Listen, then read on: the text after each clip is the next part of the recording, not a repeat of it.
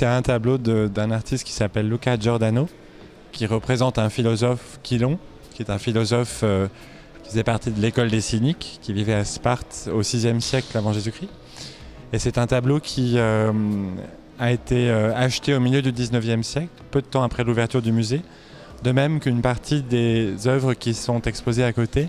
qui appartiennent toutes, qui ont tout un air de parenté, qui n'est pas dû au hasard. Ce sont des œuvres comme celle de Giordano, qui sont très marquées par l'influence d'un artiste qui s'appelle Ribera, qui est un artiste d'origine espagnole et qui s'installe à Naples en 1616, jusqu'à sa mort en 1652. Et Ribera va profondément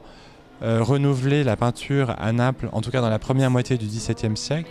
avec une facture extrêmement crue, qui met en valeur les chairs, les plis, les rides, la saleté, une lumière assez contrastée, mais aussi des sujets nouveaux.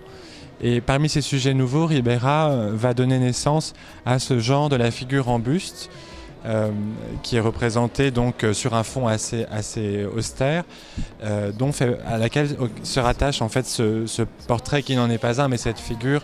de philosophe. En fait, on va aller chercher dans l'Antiquité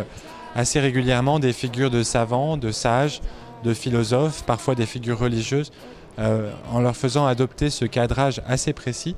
qui est adopté par Ribera, donc, qui va être beaucoup copié, et on présente justement une copie d'après Ribera sur ce mur, ainsi qu'un tableau attribué à Ribera lui-même, mais aussi adopté par des élèves de Ribera, à l'image de Luca Giordano. On a la chance au musée de Besançon de pouvoir présenter un panorama assez exhaustif de cette peinture à Naples au XVIIe siècle, grâce à quelques achats, mais aussi grâce à un legs en 1843, un don plus exactement, d'un général qui s'appelait Donzelot et qui va donner 15 tableaux napolitains, souvent de très grand format, au musée de sa ville natale.